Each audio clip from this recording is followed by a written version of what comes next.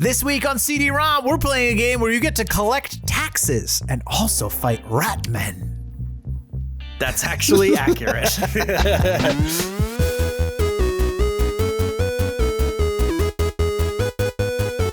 Go for it. All right. Hello! Welcome to CD-ROMP, a brotherly stroll through the PC games of the 90s and early 2000s. My name is Bob. Hey, I'm Jim. That's my brother. Same parents. I wonder if you gave the same exact reaction last time. Welcome. Probably. It's such a weird thing to flaunt. I'm harkening. And welcome back to another week of CD-ROMP. Wait, you're hearkening to what? I'm harkening to the first episode. That's from the very first episode. Maybe I'll do a different one next time. But I haven't found a good way to mention that we are brothers. But we are. With the same parents. Well, besides the fact that you call it a brotherly stroll. That's true, but it could be just like, yeah, like a fraternal. Exactly. Yeah. Like we're bros. Yeah. Oh, right. Maybe we are bros. Well, we are. We got levels of bros going on. Anyway, Welcome. We're here to talk about a very special game today, although I know I say that often.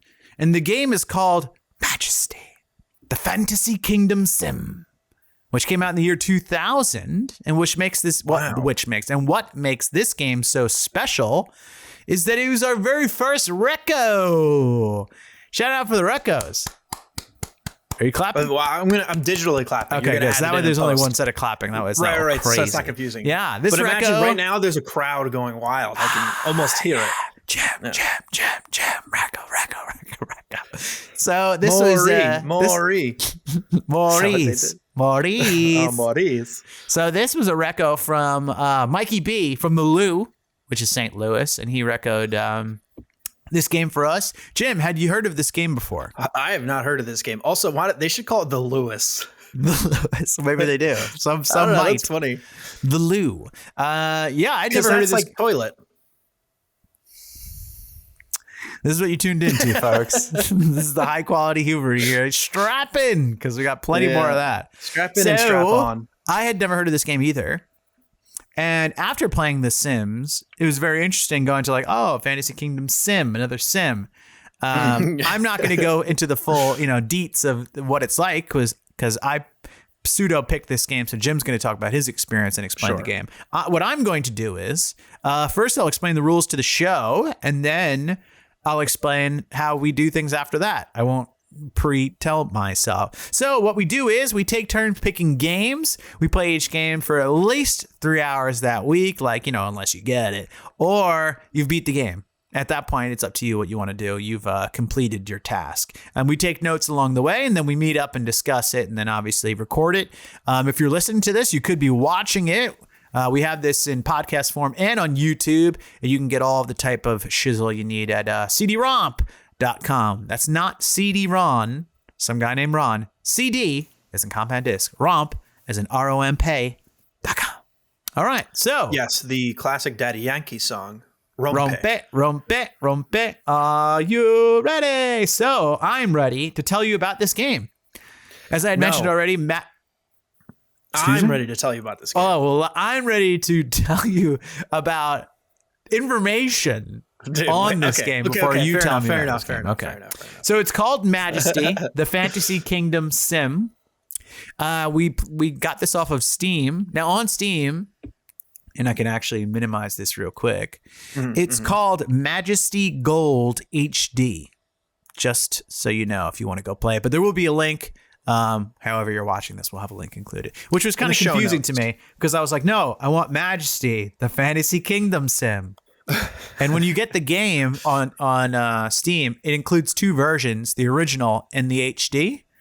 And I can confirm that the HD is the original plus the expansion quests and just expanded so you could use it on newer monitors. I tried running the original. It wouldn't work. So I told Jim, just go for the HD. And I don't know which one I picked, but it did not look work. It's probably the HD one, yeah. It did not look HD. No, so no, it doesn't. By HD, it just means it'll support different monitors, like it just different means resolutions. like "Hello, David." Oh, I get it. Wow, strap in, folks. This is what you have coming up. So, Majesty, tough crowd. Majesty, the No Fantasy respect. Kingdom sim, came out in the year 2000. No respect at all.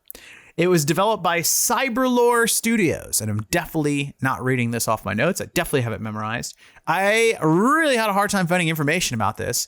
Literally, the only thing I could get about the studio that's interesting is some guy named Jim Dubois was the lead designer or helped inspire this game. So Jimmy Dubes, if you're out there, shout out to you.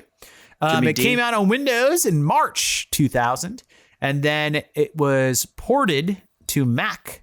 Mac Play, I have it written. Maybe that's the name of the company, or I just haven't spelled wrong in my notes. In December 2000. Can I just comment on how thorough you are? Thank you. I'm very thorough. Like, I'm not sure if it was Mac or Mac Play. I have it written down Sure, as it's not a McPlay. Scottish game company. It might have been a Mac typo Play. on my behalf. It could be Mac Play. And then it was published by Hasbro under MicroProse. Okay, so that's, I guess, one of their sub-publisher companies, which I have a little interesting tidbit. MicroProse was founded by Bill Steely and a name you might be familiar with, Sid Meier, who created the Civilization series and the XCOM series of games. I was like, I do know that name, Sid Meier. Yeah, I think you do, because I think it's called Sid Meier Civilization. Yeah, He put his name all over it. Eventually, they put out an expansion pack to this game that just included a bunch of additional quests, pretty much the same game. It was released under Infro Games, which was known as Atari at some points, as we've talked about before. A lot of different people have owned Atari. We won't get to the whole thing. That came out in 2001 for Windows, the additional quests.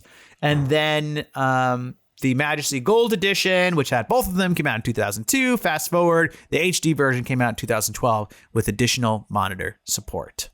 Which is basically, as far as I can see and as far as I saw online, that's the only difference with the HD version. You don't have to play it in a square. You could play it in a full rectangle, the different resolutions. I don't recall if I had like letterboxing or whatever the if you didn't recall, you horizontal or vertical version of that is. Yeah. So I'll just add one last note here, and then it'll be up to you, Jim, to lead the charge.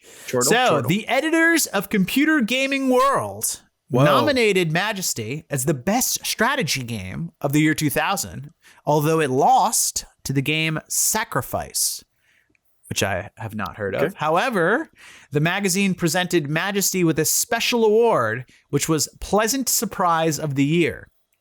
And the editors wrote that it hooked more than one of us with its quick-paced, hands-off formula that defied our expectations and won our hearts. Wow. I have either conflicting or agreeing emotions about Jim, that. I can't wait to find out which one it is, because I also have... Well, I'm just going to tell you it's agreeing, but please. Okay. Lead us. This game... Yeah. All right. So this game starts off with cinematics that are not bad, but I thought they were cinematics from like 1997. I did not know they were from the year 2000. Since they were from 2000, I think they're not very good for the time. It's hard to tell. Also, the Scottish accent the narrator is using is not good for the time either. I wrote a Sean Connery parody voice. That's what it sounded like to me. I wrote less than decent Scottish accent. Yeah, and I wrote cinematics look good plus, but considering now that I know that it's later than I thought it was, I don't think that. I have a badass but janky cinematic intro. So then my next Connery note impression. is, what the fuck is going on? Not enough backstory, or did I zone out? No. There were so many words that got told to me, and none of them had any relation to actual playing experience. Yeah. So you just like, there's a bunch of things, and he talks about like Zerlorn and like all sorts of like Gringle Gorts, like the wizard and goblins and rat in the and like, and so you just get to this title screen, and then there's like a bunch of things, and I'm like, okay, new game. Well, give them a vibe. Like, where is it it's very set? What's the vibe? Majestic. It's like a mutant / human. It's all medieval fantasy world, and like there's like wizards and kings and that sort of thing. It's very Dungeons and Dragony and sure, yeah, medieval, Lord of the Ringsy maybe. That kind of a setting. So then I figured out how to start like a new game, and I think I named my character Chimerion or something like that. What I was like, or Chimillionaire maybe. Would you be surprised to know that I named mine Bobdor? Bobdor, I like that. Yeah. Bobdor. Exactly right. Yeah. So I started. And then you could just like most do. Right. So you just hit like new game or whatever, and then you go to like a screen. Yeah. And it's kind of like what's that game? I'm trying to remember the game. Like it's not Who Framed Roger Rabbit, maybe. The game where it's kind of like a title screen. Else, hold on. It's not Who Framed Roger Rabbit. I'm trying to remember which game exactly it's like. It might be Who Framed Roger Rabbit for the NES, where it's like a title screen. Yeah. But you kind of pick with your cursor, depending on where you pick is the mission you select, right? Yeah. So there's like a bunch of different missions on your map, and luckily they give you difficulty. It'll say beginner, advanced, expert, and you kind of pick the mission you want to do. Yeah. And so it obviously tells you to start with a beginner one. And then once you click on that, it gives you some backstory as to what the mission is. It'll be like, Gringlebort has a castle and you need to investigate it and destroy it or whatever. And that's pretty much all it tells you. It just gives you some random backstory about things that are unrelated to, or maybe very related to things I told you before, but I could not keep track. Well, I have one note here, I think was from a critique of the game. It says the game has 19 single player scenarios, but no overarching plot line. There you go. There you go. So, and then it just kind of launches you into the game, right? You start with like a main castle. And you have like a few homes of your peasants. And depending on the mission or whatever, it might start you out with like a rogue encampment or something. Mm-hmm. So with RTSs, you usually have different real-time strategy. Real-time strategy. You have to pretend this is the only episode they've ever listened to. Well, we've played an RTS before. I know, but what if this is the first one they've listened to? A real-time strategy game is the expanded acronym. Yes. Which means it's a strategy-based game played in real time. So it unfolds as you play it. You explain time. Just in case. So time is the... Yes. Threads. There's threads involved. Yes. So it starts you out with like a main base. Yeah. In which you use to build your other things. So there's usually build trees. So it's pretty common to like, you can't build something until you build something else, right? So for example, like in this game, you can't build like a fairgrounds until you build an upgraded marketplace or something like that. So you have like a base set of different things that you can build. And then it starts you out with a certain amount of money. I think it's like 30 grand. It might depend on the mission. I think it varies by mission. Yeah. Right. And so the way that you collect resources in this game is through gold, and you have a tax collector. Tax collector. I wrote down he's so flamboyant. He's like tax collector. Yeah, it's not a lot like that. Yeah. Pretty good.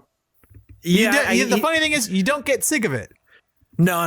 That part was very entertaining for me. Never get sick of it. So yeah, he basically goes around and I didn't read the manual, right? As I'm never going to do. As you're wanted to do. Right. So basically you build different establishments, and as either passerbys or your own citizenry use them, they get gold in their coffers. Yeah. Right. So they build that up, and the tax collector will go around and collect them and then eventually bring them back to your castle. And that's when it gets into your inventory. And then you can use that to build more buildings and stuff. Yeah. More gold, your highness. Yeah. When he drops off the gold, he says that. I know. It's great. You have the option to upgrade things. Like you can upgrade your guard towers. Yeah, it doesn't say upgrade complete. It's like, The guard tower is done, boss. It does not sound like that. It's like, Your Highness, the guard tower has been upgraded. Yeah, but it's not like for the sovereign. Yeah, it's something stupid like that. So many great sounds. I disagree. I don't think the sounds are that great. Really? Okay. The real problem is that, and maybe it's my fault for not reading the user manual, and this will continue to not be my fault. I had no idea what the fuck to do. Yeah. I was having a lot of trouble trying to get people to do anything. And only I found out after dying twice. Really? No. I found out after I lost a mission twice and then won a mission. Upon my fourth mission, I figured out how to get anyone to do anything. Right. Okay. So let's talk about that, but I want to mention one thing before. This is not a real-time strategy game. Okay, because I could not control anyone in real time. Now, you think it's going to be when you start out and you look at it, and it has all the trappings. There's the build trees, there's units, there's fighting, there's resources. It seems like a real-time strategy, but exactly like Jim said, I did the same thing. I was like, how the fuck do you make people do things? Right. And so you can't make them do things. You can suggest, kind of like The Sims. I found it to be incredibly annoying because I had no idea what the fuck to do. Eventually, so I got overrun by skeletons twice, and I had no idea. Said that so casually. Right?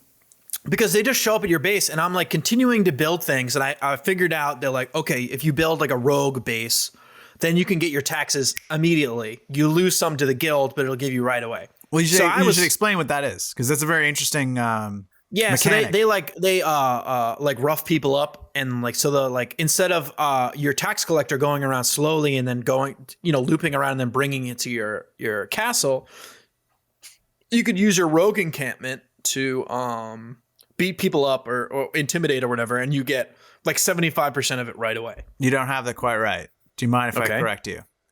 So the rogues love money, so they're always picking up money and stuff, and then they hold money that they picked up at the rogue encampment, and you have an option to extort the rogue encampment and take all of their money, but they get it cut too. At least that's what I thought it was. I thought maybe it was the rogues extorting everyone else. It could be, because that would make more sense why as they got a cut. Yeah, because I noticed that then my tax collectors stopped ever coming back to base, and they never had anything on their person because I was constantly extorting. Interesting. Maybe you're right then. Yeah, maybe you're right. They'll go get the money immediately and then take a cut. I guess that makes more sense than my version. Yeah, that's how I took it. I may very well be wrong. You may be right. I may be crazy. Yeah. Yes. So I got overrun, and depending on the mission, it immediately floods you with rat men and skeletons. Yeah. I couldn't build guard bases quick enough. You need to really constantly be on it. Be on it like a bonnet. When I tried to do an advanced mission, I was getting attacked from the second I started. You pretty much until they finally killed me. You pretty much, and a lot of them, it starts immediately. But there's I was constantly making, and I had 10 different warrior guilds and rogue encampments and wizard huts, and I could not create people fast enough. But they also create pretty fast. If you have the money. Yes, if you have the money. But I mean, in terms of how long it takes for each unit to spawn, some of them go pretty fast. Right. Yeah. But it's it was so difficult. I had enjoyment in playing it just in beating the hard game. Right? But it was it didn't give me enough control to where I enjoyed the actual process. Right? I wanted to be able to micro my army a little bit. Well, you can. Right. Which is so I with finally the figured out. Right? Yes. I wouldn't even call it figured out. I'll say discovered, because I did not figure it out. Eventually I discovered. Well, I was what is when this? You discover things, don't you figure them out? No, because I didn't know how it worked. I just got it to work. I don't know if I know how it works, but it happened. Right. So if you walk up to a running car, it is working, but that doesn't mean I know how it works. Sure. So I was going through the castle settings, and I saw there was you tab over and it's rewards. Yeah. And I was okay, I'll do reward 100. And I clicked on something and I put a flag, and then I noticed everyone started going there, and I was all right, here we go, baby. Exactly. It's an incentive. Yeah, but I didn't know that, and it doesn't say that anywhere that I read. Wow, you didn't read anything. But yes, that actually took me a little while, and I think I found it out by mistake too, except I was wildly clicking please go fucking attack this person. Then I saw whoa, a flag came up over his head. There were so many detailed settings for each character, And then it was like, here's the items and spells for each person, but I had absolutely no control or ability to control them. I was like, why are you even presenting this information or giving me a list of fucking heroes with their names when I cannot select them individually or use them individually? You can select them individually. No, but I mean to do anything with them. Like, no, you can't. I can put them on my map so I can watch them do anything they want. Yeah. But that's because you're not looking at it as like Sim City with fighting. You're looking at it as like an RTS that won't do what you want. Yeah, it's exactly what I thought the entire time. The title of the game is fighting me. Is the Fantasy Kingdom Sim. Right. Not Fantasy Kingdom RTS 3000. Yeah, but you're the one I think that told me it was an RTS. I thought it was, but I mean, so I found out no one to blame but you and slightly me, but mostly you. No. I never said it was RTS. What I said was I remember accidentally reading something that says like the game's different than what you think it's going to be, because when you see Fantasy Kingdom Sim, you just think you're like, oh, you make a kingdom and everyone's walking around and some guy's like the Earl of Duke and shit, and like nothing really happens, and like kind of like. Well, Civilization, I guess that's fighting too. But in this game, there's like constantly shit going down. There's always somebody attacking. Ratmen and trolls and Medusas, and there's always shit going on. Let me read one thing that I have from the manual, because there's a lot going on in the manual, and like a lot of like, not lore, but like kind of talking about what's going on. Majesty offers you the throne of a fledgling kingdom in a fantastic world. As ruler, you make all the decisions that steer your kingdom, one of many in the land of Ardania, which is probably important to know. Maybe not. Probably towards not. rise or ruin. Okay. Yeah. And one of the other things I wanted to mention about individual characters, which I thought was really cool and a nice touch. Every character has its own randomly generated name. Yeah, and depending on the kind of character, they have certain names. It only made me hate them so much more that they gave them such information and individuality, and I could not fucking control them. Yeah, I mean, when you bring up like the units, they have like levels, you know, their armor details, the items they're carrying, details about like spells they can do, but you can't just make one person do one specific thing. I was like, oh, this is great. Once I figure out how to cast spells with this guy or give him a new sword. Now, here's the thing, though. Did you figure out the whole spellcasting system? Nah, I saw that it was something there on the bottom. I was so busy fighting the Ratman that it was like... The annoying part is that in order to cast spells, it costs you money. Yeah. And I'm pretty sure there was one other... There was like a mana or something else. You know what I mean? Rather than using money, like Arcana, something for like magic. Yeah. Yeah, because it's I seem to get into these weird rhythms where sometimes I'd have a lot of money and I didn't understand why, and other times I'd have like no money and I didn't understand why. So I didn't quite get the economy down. I couldn't get a good feel for what was actually going to bring me the most money. Like, I kept building inns, but then like they kept getting burned down by Ratmen over and over again, and it's like, and it was so annoying because there's an incremental increase in each additional building you make. Like you make an inn, it's $450 to start. It depends on the mission. Let's say it's $450. The next one's like $550. The next one's like $700. The next one's like $900. Yeah. And so I thought that was an interesting. I don't know if it's good or bad, but I definitely thought it was interesting and different. Agreed. That it was like each one is more and more difficult, especially because it does realize that the more you build, you get more money in, right? So like you'll be able to afford the more expensive things. So it doesn't just your money keeps getting exponentially more income. Interesting. So I didn't think of that. Yeah. You know? Yeah, I didn't think of that. It kind of balances itself from blowing out of proportion. Yeah, I've never seen that in another game before where the prices change as you build more and more things. Again, I don't know if that's a good thing or a bad thing, but I thought it was interesting, and I can't tell you right now if I liked it or not, but it was. So one of the things that you had mentioned about being able to click on them and see what's going on, there's another very interesting mechanic that I've never seen in a game before. When your people, which like the individual people they called heroes, when your heroes were, I don't know if there's two different scenarios. They could flee in terror or flee because of injuries. I've never seen units that flee a battle to save themselves because they think their health's getting too low before. That was very interesting. Yeah. And the one fleeing in terror, I mean, I think maybe if they're outmatched, they're like, oh, fuck this. I'm not even it trying. makes sense for a game in which you're not controlling it, right? Like, so they have to think on their own. Yeah. Yeah. I don't want my units to think. I want them to die at my hands. Now, what you might find very interesting, we didn't do, there's multiplayer for this. Interesting. I think it would be very interesting playing this against someone. Right. Oh, I thought you were going to say against each other, which we could do. Other, yeah. Right. We could do for like a standalone episode. I think it kind of defies our anonymity clause that we have. What does that even mean? Well, as in, like, we don't tell each other about the experience. Oh, yeah. Well, if we do it after we play, then once we meet up, the anonymity. But I'm saying, clause we could do dissolved. like a standalone multiplayer version of the episode or something like that. You know, maybe we could find some way to have our screens recorded so you could see what's actually going on. Or we could do some sort of like if we ever do like some sort of live stream special. That's true. Or something. You know what I mean? Tax collector. That part was very enjoyable. I gotta be honest. He was so amazingly flamboyant for I don't know what reason. Serve with pleasure.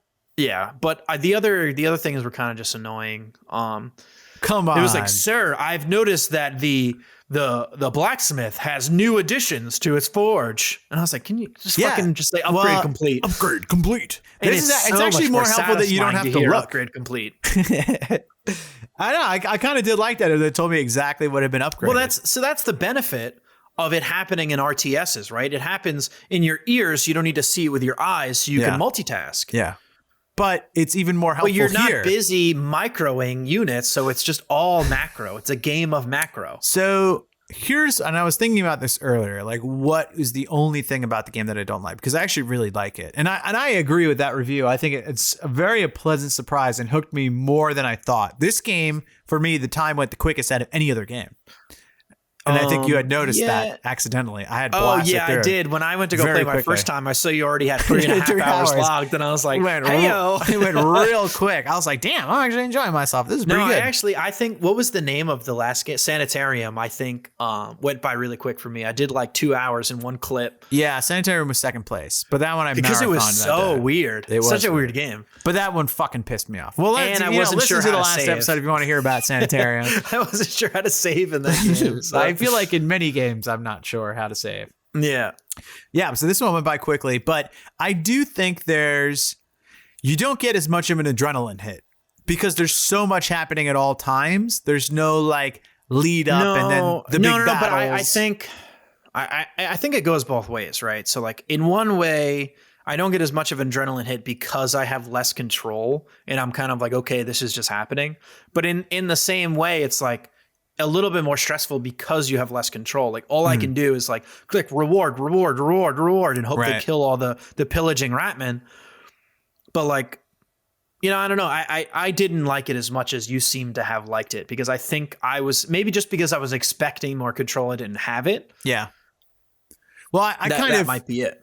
I really enjoyed how different it was, and B, like the flavor of the game just felt so, I don't know. And it's funny because this studio didn't make like any other games. It's like one of those one and dones, like same with Sanitarium. Yeah, but I think that's kind of the same the review I had for Sanitarium as well. You could just tell that like really put a lot into it and really loved it. And I feel like when I play this game, I could feel they loved it. They went as quirky as they wanted. They did the styles that they want. They didn't add things that they want. Clearly, these guys are not really big into plot. Yeah. So they're fuck it. Let's just start playing. Who cares? So I think maybe they just don't need like interweaved plot points, right? Or overarching stories. I would disagree maybe because they had a lot of exposition and like references individual to story. missions. Right. So I think to say that they don't care about story maybe is a little overzealous because I think they did, but they just didn't care to weave it all together. Yeah, they're just like, let me just make this one shot. Let me tell you this one story about your situation. And I think they did kind of enjoy that. At least it seems that way. So then that's their version. They want to just get you into it and then make sure you feel like there's a purpose to what you're doing. So like the mighty Goblin Lord on the other end of the castle is looking to not butt fuck you, but something you don't want him to do. Right. So I had my first successful mission because eventually I staved, or is it stove? It depends. Are you cooking with it? No, I stoved off. I think he staved them off. Staved? Yeah, it could be. be. I think stove off the attackers, and then just kept. But I didn't know how to control the people. Yeah. Right. So but I can see on my map. Right. You have a mini map as you do often in RTSs or games that parade around as RTSs. Even in games like SimCity, there is a mini map. Sure. You have to find your way around a big map. I could see my people exploring out into the map and fighting other things and like exploring the screen. And I know I need to go kill this castle in the northeast corner of my map. Right. And I see that people are going to do it. And I'm like, okay. But I'm like not dying. They haven't killed me yet. I'm like, all right, I'm just going to keep expanding and keep expanding and keep expanding. And the first time I won a mission, this was before I figured out the reward program. I just kept building till I occupied like 75% of the map. And I was finally close enough to where my people killed the castle or whatever it was. Because I had no idea couldn't avoid it. to do it. Yeah. So I just had to wait and keep amassing enough people to where they've run out of space on the map to where they had to have just killed it. So I learned the reward is what they call it on units, not too far in. And so you double click on a unit, brings up a flag, and then you could put an amount of money for the bounty to kill that unit. And then depending on how much the bounty is, it will tell you how many people are attracted to go get that bounty. So like if you have a bounty for 200, that's not as enticing as a bounty for 700. So if there's something really important, you put 700. But then you have to pay it. And if for some reason you're getting your fucking ass kicked and you decide you want to take the bounty off, because I had that in one mission, there was like a wizard who you could help or try and kill. And I helped him for a long time. I was like, fuck this wizard. I'm going to kill this bitch. And I hated when the wizards came to attack my base because they were like, shwung, shwung, shwung, shwung, shwung. And they disappear right when all like my warriors will go attack him. Well, that's what they do, man. They're wizards. So I made the mistake of trying to kill this like powerful wizard, and my people were getting fucked up. But I had put like $1,000 on the reward. So dude, what? I put like $100. Motherfuckers come from villages around to get my rewards. Come on, they're trying to get that $100. I got these cheap ass rewards. They ain't getting nothing. When you remove the reward, you lose the money. You don't get the money. You don't back. get it back. So you have to like when I put that 1,000, it was like this is do or die. But then I was like, putting a rack on a reward like that. I put a rack on that rack boy, and they were getting fucking lit up. That wizard was not fucking around. Talking about like rack bar. Rack boy, rack. Yeah, he was fucking rack 'em. He was really wrecking shop. That I actually thought that was a really interesting one because I was running out of patience, and I had the option since the very beginning: turn on your ally, and you could end the mission. And I thought like, oh, I'll just kill this bitch. I'm sorry, what? Yeah, you could turn on your ally. You were helping him. What does that mean? I was helping this wizard. That was the whole. Maybe we did a different mission. Yeah. No, there's like 19 missions, so we probably there was did only do 2 beginner ones though, and the advanced ones. I moved on from there. Oh, okay. I was getting stepped on in advanced. well, because I was trying to control my people and they weren't listening to me, so like I was flailing essentially the entire time. The second thing, because I was just playing right before this, I purposely left my last couple minutes. I wanted to get like a refresher. Right. And I realized like, oh, I'm actually pretty good. I did an advanced one and I was doing all right. And I was using the reward system for exploring. So if you double click on an area of the map, you can put an amount of money and then people will be enticed to go there. So I found out that my best strategy was you can move rogue encampments. Once you have enough money, I just moved my rogue encampments right near the thing I needed to destroy. And that way they would just go destroy it for me. Cost like $800 to do it though. Right. But at that point, I had already occupied like 60% of the map and I have a whole bunch of expendable money and a lot of wizards. What were your thoughts about the variety of units and buildings? Yeah, I wish there was a lot more. I was expecting there to be more units. And also it was a bit ambiguous. Here's the thing. I just wanted to quickly, because you didn't do all the missions. Yes. I feel like you didn't see all the units. I definitely did not. Yeah. So it seemed like in the beginner missions, they were handicapping me. Like I could only upgrade my forge to level 2. Whatever, I think it was a forge. What did they call it? I keep thinking of StarCraft terms. Yeah. Blacksmith. Yeah. I saw you could only upgrade the blacksmith to level 2. I did like that. So the way to upgrade buildings is you can like research things. Mm-hmm. And like once you research those things for money, then you can upgrade. And then you have to research a few more things and then you have the ability to upgrade. So I do like that incremental cost to doing it.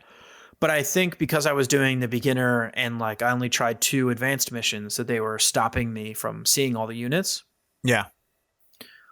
Which is fine, I guess. was also mission to mission. You didn't have the availability to all of them. Like, I don't think it was 100%. Well, I think there was a degree. Okay, when you're a lower level, we're not going to give you too many things. It's going to confuse you.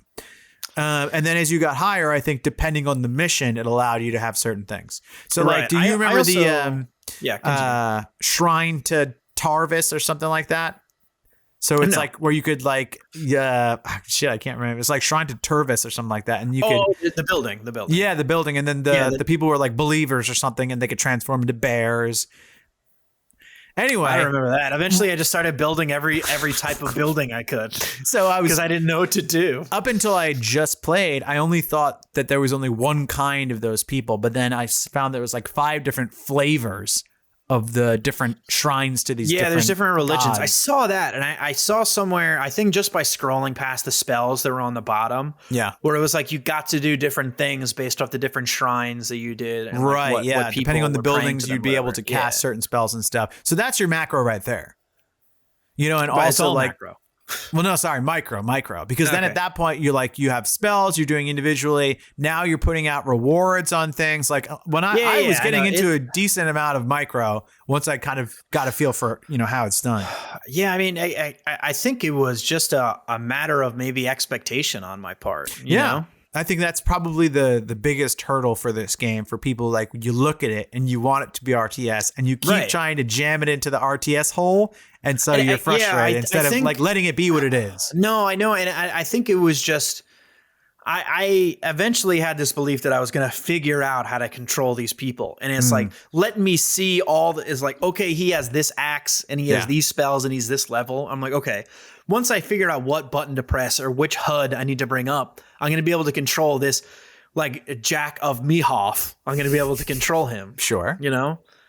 And he's going to be of some use to me specifically instead of just being a warrior. So you kind of wish that it was this game, but then the added RTS element of being able to manually override control on some of them. Yeah, I do. I think there's a way to do that. I don't know what it is. There's a way to do it. No. But I mean like that they're on autopilot most of the time, being useful. Whereas StarCraft, they just stand there and do nothing. No, you could put people on patrol. Yeah, but this is like more than patrol. Yeah, like you're right. AI. Yeah, it has definitely more advanced AI, I would say, but it's mostly useless AI. They're always going to places I don't need them to go. I don't know. Yeah, that's one of the things that's weird. Like you generally don't know where your people are. So many guard towers. I surround my building, or I surround my encampment in guard towers, and the guards are fucking never in them. It's always full of milkmaids, and I look at all the visitors, and it's full of fucking people milking other people. That sounds like a good old time. And my guards are on the southeast corner of my village, and I'm getting attacked by lizard people in the northwest corner, and then I can't do anything about it because I don't know the reward system. Yeah. That whole the idea that people could stay in other buildings I can't do is anything. Interesting. It's not even like all of my warriors and rogues and guards get alerted when my inn is getting crushed over and over again because these lizards keep coming out of the sewers. I just have to keep building over and over again and hope that a guard is passing by when I get attacked. Now, Jim, ratmen come out of the sewers, okay? I don't know. Lizards. Yes, okay. That's one of the things. You have a sewer. And so some things of your city just start like making themselves. Like sewers just appear, little like houses just appear. So you can click on it. It says this is like a natural part of a city. You can't get rid of this or break it down. You need it, right? It just I kind of like that. Yeah, that was interesting. And your sewers could be like overrun. And then ratmen start coming out of them. Oh, you mean like in The Sims where my toilet keeps overflowing? Yes, except ratmen start shooting out of it instead of people getting proposed of me proposing to my new neighbor with an overflowed toilet. Yes, exactly not like that. Okay. Just checking. Yeah. I think that had we had this conversation, and hypothetically, if you needed to play a round 2 of 2-3 more hours, I think that maybe you would have enjoyed it more. Whereas you might have the ability now to just kind of allow it to be what it is and not what it isn't. Maybe. I think there's a lot to enjoy about this game. I think time goes by very quickly. I think if you can get used to the controls, it could be a lot of fun. And it just, I don't know, it has this playful, vibe to it that I like. Yeah, I think I'm always going to enjoy games in which I can like upgrade buildings. I always have a lot of fun doing that, like upgrading forges and upgrading my castle. Got to get the gear. You got to get the gear. I always have a lot of fun upgrading things, so that's always going to bring me back in some regard. And there were pretty good upgrades in this one, like the upgraded guard towers, and you could upgrade your castle a bunch. They kind of looked cool. I liked that they had like a different aesthetic, and like when you upgrade the forge and it gets taller. And it was funny because there was one mission, and I'm like, I've explored everything, and I've like killed every person on the map. There's nothing left for me to kill. I think it was like the last mission I did. It was the last mission I did, now that I remember. I sent out a bounty to explore like everything.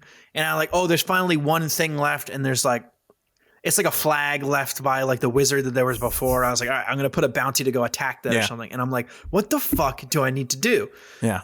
And eventually I don't even know where I looked, but then it said like, you need to have the fully upgraded castle to win the round. And I was like, Jesus Christ, the game isn't just kill everyone. Would you have liked if the game would have forced you through a tutorial? I don't know. Because that's the solution. So I'm not someone who hates a tutorial. Yeah. Right. I think if you need it, you should have it. But I also think again, because I was expecting it, I think, to be an RTS, I was very confused when it wasn't.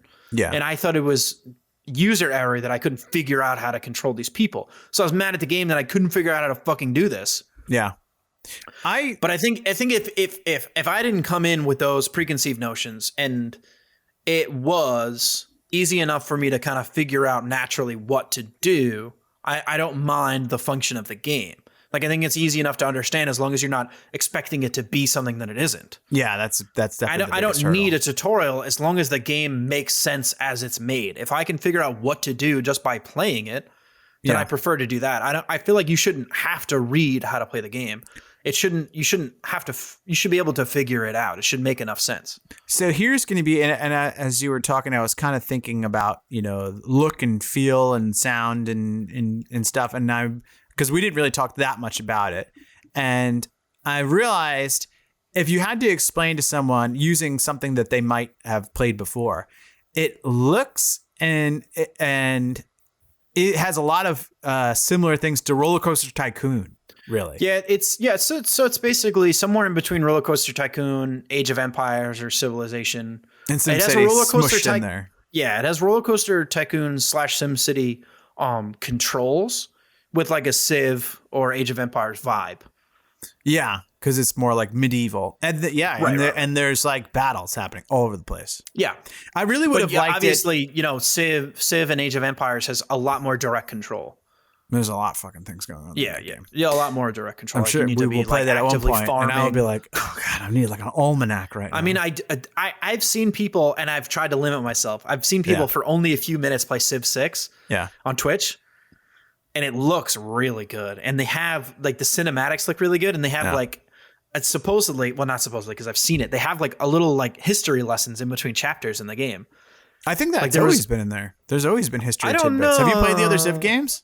Yeah, but I guess not a lot, not enough to get through significant parts of the story. It's just like way too. Yeah, I've just tried playing standalone levels. I forget where I was playing. Yeah. Anyway, let's not get too civvy. Well, no, I think it's a comparable series of games. We don't have to get lost in it, but we don't have to preclude it from conversation. No, we're not precluded it. We touched. But it looks really good. I was considering getting it, and I know I was going to be bad at it, but it looks good.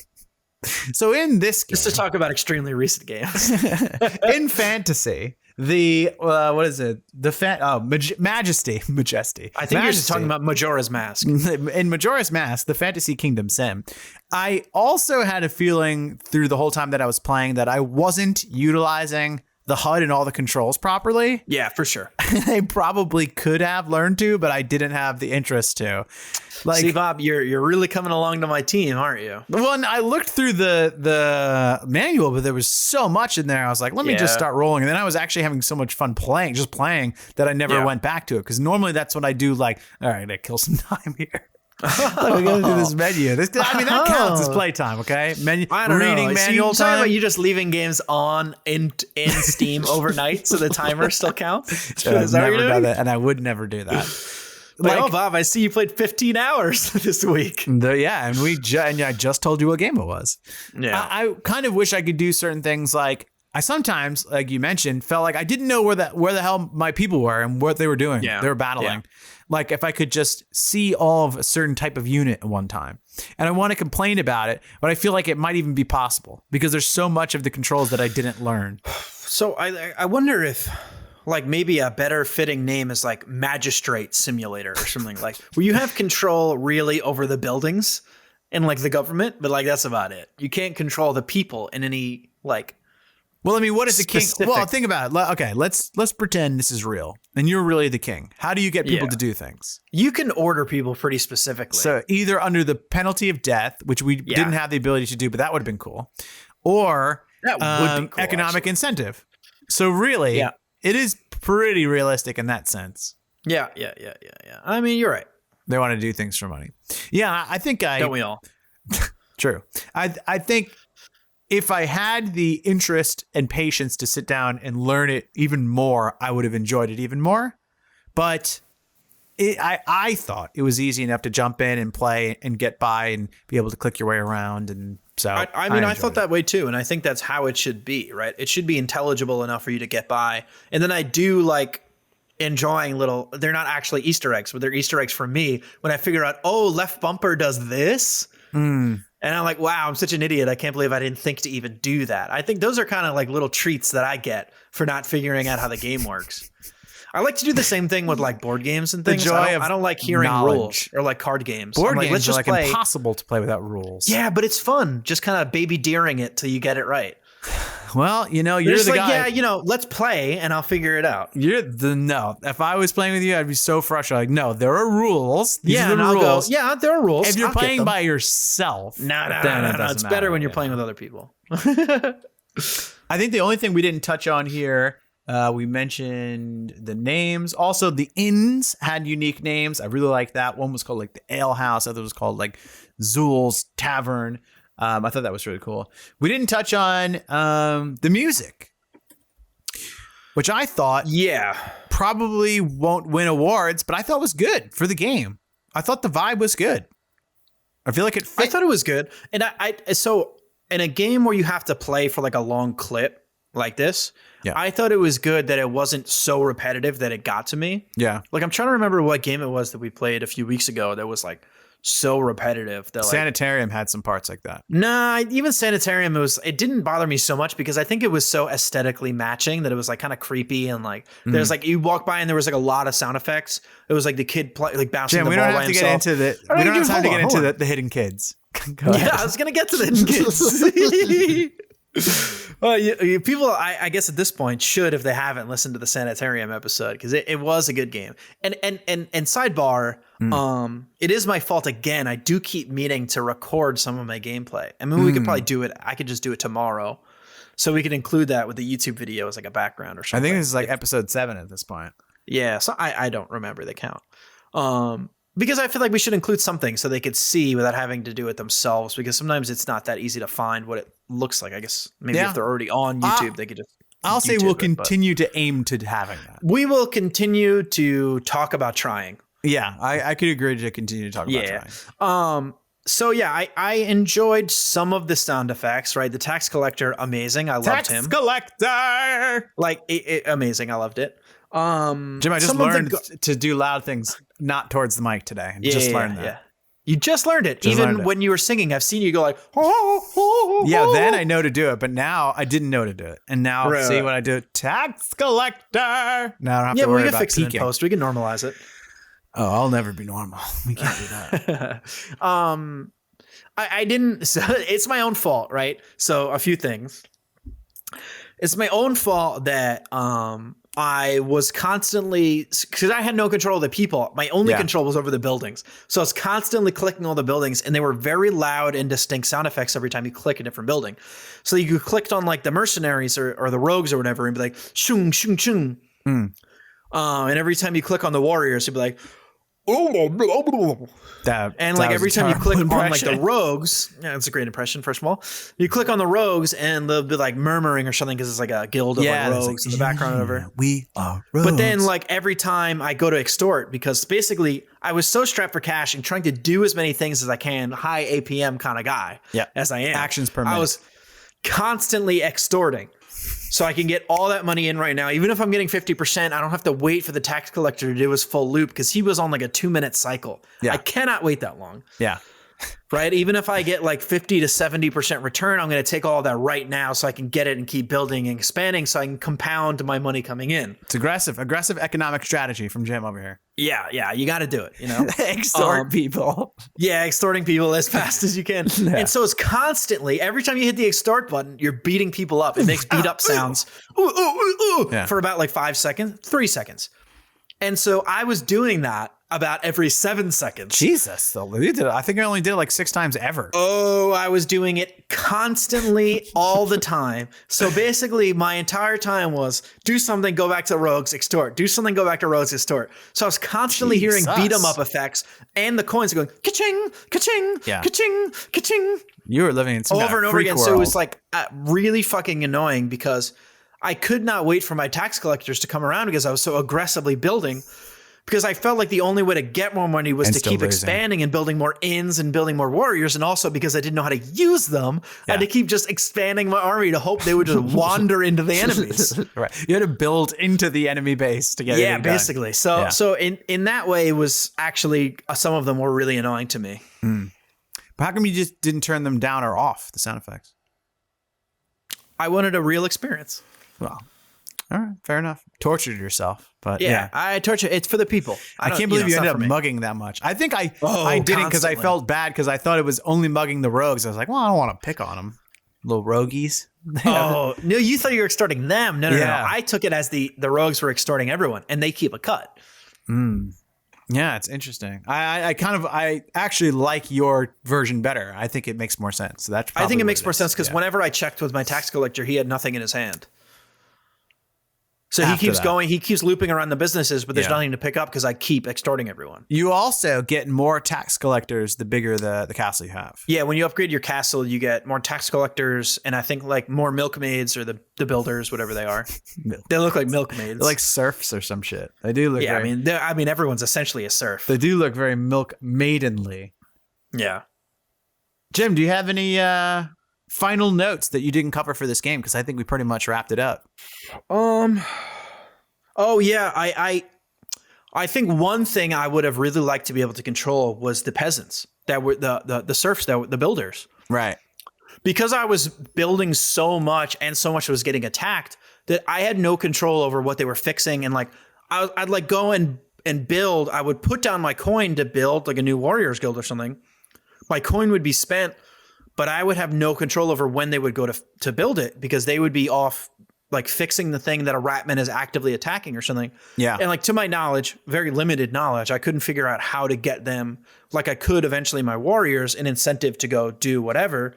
I couldn't incentivize my builders to go build a thing that I wanted right now because like my inns can keep getting attacked. I don't really care, but I need you to build this warrior guild so I can have more people to kill the ratmen so they can stop attacking the inn. I don't care. I don't want you to like keep rebuilding the inn in perpetuitum. Yeah. So I know there was a way to remove buildings from the repair route. That I know you could do. And there also was a way to remove buildings from the tax collection route. I don't know why you'd want to do that. I just knew when something was in process, I could like stop it. Oh, you know what? I'm thinking you'd want to remove buildings from the tax collector route because it would be a shorter route then. Maybe shorter loops. I was really hoping I couldn't figure out what those buttons. That's what those buttons meant. Yeah. So like it was like little buttons and it had like a coin and like a 3 or something like that. But then it would be like you could highlight it or unhighlighted blue with like a loop button. Did you know? Like a playback. And I was like, I don't know what this means. And when you hover over it, I was really hoping if I hovered long enough, it would tell me what it did, but it never did. When you hover over things, it always tells you what it does. It's at the bottom of the screen. It explains every single thing on the that you hover over. Every single thing. I was waiting for the bubble. No bubble. Bubble. Yeah. Wow. I had the right idea. It's just you did terrible gooey. Yeah. You didn't use your Jim. You gotta have better eyesight, like Big Brother. No. I've actually I should have better eyesight than you. I was gonna say in general, I don't. You gotta get your goggles out. All right. My gorgles. Put on your scuba gorgles. You gotta use your scuba Steve. You gotta use your vision. All right, Jim. Yeah. The builder thing I think was really annoying to me. Like in the heat of battle when I'm getting attacked. Yeah. I don't know if they were prioritizing it, but they just happened to always be close to it, and I couldn't get them to disengage. Yeah, or I think that's kind of build the thing that I wanted to prioritize. That falls under the not really understanding the advanced mechanics, and because you don't understand it, not utilizing it, and because you're not utilizing it, it's annoying. Like maybe there was a way to do it, but we just didn't know. Right, so I still agree or prescribe to that method of playing and figuring out the game. Like, just figure out. I'm okay with not knowing how to do something. There's also the idea of like we're playing in a very limited amount of time, so it's possible if this was normal times. This is the year 2000. We just bought the game. Now we're just playing it. After a couple of weeks, we'd learn everything just naturally. Right. I mean, it's so, but like when you only have 3 hours. Again, I think it's within the same story arc as my playing strategy, right? Which is like over time, you'll figure it out, which is I don't think that's how true. I like to experience the games. You know I think there's a lot you can, but I think there's some stuff you'll just never figure out naturally. Probably. But is that my fault or the game designer? Really? Depends on the game. Something that I'll never figure out. You think you should include in your game? I don't know. You have to physically tell me. Jim, who's to say? Who is to say? Suits in Washington. Leave it up to them. Shoots and ladders, baby. Shoots and ladders. Swings and roundabouts. What is it? Stairs and escalators? Well, the SpongeBob game? Snakes and escalators, maybe. No, the British, they don't do shoots and ladders. They do like escalators. You know? I don't remember. Shoots and escalators, maybe. Jim? The SpongeBob. Out of 10 Jim points, where are you ranking this one? Oh. Yeah. No, I didn't say no. I just said, oh. No, I know. No, I thought you said you're all right, Jim. Oh, my God. Please. Oh, did I tell you? Unrelatedly, but actually relatedly. Sure. I went to this restaurant the other night. Maybe it's like a week and a half ago or something like that. And the drink was called like the I'm All Right Spider or It's All Right Spider. No, you did not tell me that. Yeah. I forgot to tell you that. Yeah, nice it was like tidbit. It was like a bourbon and like a spicy pepper. Interesting. And like a bunch, it just tasted like a glass of bourbon. And I was like, Jesus Christ, I don't like bourbon. I think you sent a picture of it. Yes, I did take a picture but you of didn't it. tell me what it was. Yeah, it's called It's All Right Spider. Yeah, it's my favorite movie, Goodfellas. And I've quoted that line a few times. Yeah. Jim, out of 10 points, out of 10 Jim points, out of 10 standard Jim points. I'm thinking 6.82. Hold on. I'm narrowing down. 6.8 to 7.6. Okay, the window's closing. That's the window I'm in, right? Let me just at the edge of your seats. He's calibrating. 7.3 as well, where I'll land. Wow. Okay. 7.3. Because I want to give it less points, but it's my own fault for thinking it's something that it wasn't. That's bad. That's very fair of you. Yeah, I also enjoy the I want to give it less points. I do want to give it less points because it fucking frustrated the shit out of me. You know what? That's really crazy because I was so excited to talk about that because I thought you were going to talk about how great it was. Because I really enjoyed it. No, that's fine. It doesn't ever seem to happen. You didn't like Myst, you know? And I thought Myst was great. I did not like Myst. I loved how mad that game made me. I wanted to like Myst more. But if you're interested, go watch the episode. No, but so the difference between this game and Myst is like I didn't know what to do because I knew it was my fault in Myst. And in this game, I thought it was the game's fault that I didn't know what to do. Could be. But really, there was never the option. So neither of us knew what to do. I don't even know how to start dissecting that one. I guess we'll just skip right over it then. on the Bob's old bald head scale, something like that. I think they were at Bob's Bananas basement scale. I'm giving it an 8. Triple B. Yeah, triple B. Okay. Giving it an 8. That's it. Only an 8. My scale is on enjoyment right now. And I agree that I feel like I didn't know enough about what was going on to get really deep into. I didn't get any heart thumping. Didn't get any good shots of adrenaline, which I do enjoy while I'm gaming. You know, the challenge of it. Even when things were like really challenging, I didn't have that same rush, and I felt like there was a lot that was unintuitive. There was a lot going on, but I did genuinely enjoy it. The time went really fast. I think it has a lot of good flavor, and I think I 100% agree with what was it? Computer Gaming World. It didn't win the best game, but it was pleasant surprise of the year. Hooked more than one of us with its quick-paced, hands-off formula that, well, I don't know if I enjoy with that part, but agree. But I agree. It's defied our expectations and won our hearts. I agree with that part. Yeah. Okay. I thought it was going to be weirder and shittier. I thought it was much better, and it definitely won me over with a lot of cool little things about it. So that was it. Now, if you'd like to recommend a game, we could be playing it. Look, this is a reco. Yeah, we did it. From Mikey We've done B. We it. did it. We've done one. We've done the in impossible, the can. really. Go to, not go to, send us an email at theboys, theboys, at cdromp.com. Or you can just go to cdromp.com and all the information is there. You can watch the videos. You can listen to the podcast. Do whatever the hell you want to do. We want to hear from you. Let us know what game we should play. If it's a game that you've played before, you love it. So we're actually, in a fun turn of events, we're actually going to be auctioning off Bob's old computer chair, the seat. So basically, you can buy a small part of the seat, and so you can carry it around with you and sniff it, and you had to sniff his butt. That's actually going to go to the charity not all of the of my chairs bank account. under my butt.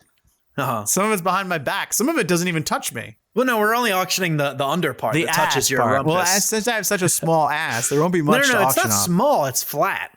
All right. You know what? The service area. cdrom.com, the service area. Oh, the service area is different. That's where the servicing happens. If you want to reco a game, now you got all the details. Blah, blah, blah. So the way that this works... Now, Jim's going to reveal what game we're going to be playing for the next week. I have no idea what this is going to be. This is like when they do a magic deck. I have no prior knowledge of what he's about to say. Yeah, right so I'd like to play a little game with you. Sure. I'll give you increasing amount of facts and see if you can guess what the game is. Okay. Released in 1997. No idea. Yeah, right. These will get possibly more helpful, right? Okay. The developer is Interplay Inc. Damn, why does that sound familiar? Continue. Okay. It is an RPG. Okay. Interplay. Okay. RPG. The subtitle. Yes. As in there's a game title and then a colon, right? Sure. Subtext. I don't know what to call it. A colon, like my service area. Yes. It's attached to your service area. That's correct. A post-nuclear role-playing game. It can't be Fallout. It is Fallout. Wow. The first Fallout came in September 1997? 30th, 1997. Holy shit, I didn't know that. That's like a good... Yeah. I really did not know that. And also, I didn't think I was going to be right, but Fallout sounds like nuclear. I had never played a Fallout I was going to say so Bethesda, I don't even know what the hell but I they're thought about. maybe that would give it away. I was going to save Bethesda for last. I don't know if that would have given it away. I don't know either. Because I never know if you know I your didn't devs. even really know they were making games all the way back then. But you know what? Yeah, I didn't know it was that early either. Yeah. Well, I guess Skyrim is like the 6th Elder Scrolls, so I guess. Oh yeah, I mean, yeah. Even They hadn't been making Morrowind, games for a the while. third one is Morrowind. I believe Don't so. know. That was like 2004 or some shit. Is Or this no, even earlier than that. I think it was on GameCube. I played it. Yeah, So like probably. 2001 or 2003, something like that. So this is the first Fallout of the series? Yeah. Yep. This is the beginning. Wow. So Yeah, Elder Scrolls 3 Morrowind. Hold on for edification. 2002. okay. Yeah. That was the 1997. third Elder Scrolls. Yeah. Wow. So if you'd like to play along for some reason, or you don't want to be spoiled on, that's what the next episode's going to be about. We'd recommend that you play for 3 hours, or if you played the game before, maybe just hop back in for a little bit of a refresher.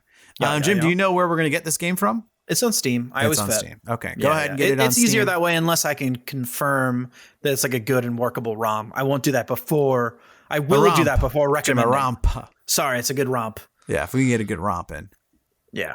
All right. Well, Some people, pick games and then aren't sure how we're going to play them. That's not me. I'm just not that guy. That's also not me. What are you going to do? it's probably CD-Ron. Yeah. The Ron seediest guy. brother. Yeah. He's like, Nightshade. Yes, I've heard of it. It's a potato. Isn't it like in the What? potato family? Yeah. Well, no, I think it's the other way around. Potatoes are in it's the not nightshade potatoes. family? I think it's yams, maybe. Or in the nightshade family. Yams. For some reason, I really like the way you said yams there. I think it's yams. Yam, see? Well, from our family to Anyways. yours, keep on romping. I don't know. I'm trying to work out an ending line. Yeah. Jim, give me one. You do one. Yams. Yams. Until next time, same Yay. CD romp, same CD stomp. Yams. BA. Yay. Some people like to say yay, but I like to say yay. Thanks for tuning in. We'll catch you on the next podcast. Appreciate ya. See you later, Warehouse. Peace.